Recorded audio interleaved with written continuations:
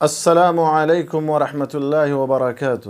بسم اللہ، الحمد للہ والصلاة والسلام علی رسول اللہ وعلی آلہ وصحبہ وموالہ۔ محترم ناظرین، ماہ شعبان میں کثرت سے روزہ رکھنے کی حکمت کیا ہے؟ میرے دوستو، اس کا ذکر اسامہ ابن زید رضی اللہ تعالیٰ عنہ کی حدیث میں آیا ہے۔ ان سے مروی ہے کہ میں نے اللہ کے رسول صلی اللہ علیہ وسلم سے پوچھا کہ آپ جتنے روزے ماہ شعبان میں رکھتے ہیں کسی اور مہینے میں نہیں رکھتے ہیں؟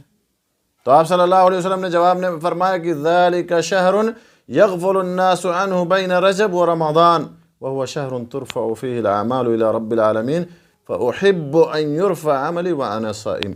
یہ ایسا مہینہ ہے جس میں لوگ غفلت کا شکار ہو جاتے ہیں، جو رجب اور رمضان کے مابین ہے، جبکہ یہ ایسا مہینہ ہے جس میں لوگوں کے اعمال بارگاہ الہی میں پیش کیے جاتے ہیں، اور میں یہ پسند کرتا ہوں کہ جب میرے اعمال اللہ کے سامنے پیش کیے جائیں، اللہ کی طرف اٹھائے جائیں، تو میں روزے کی حالت میں ہوں۔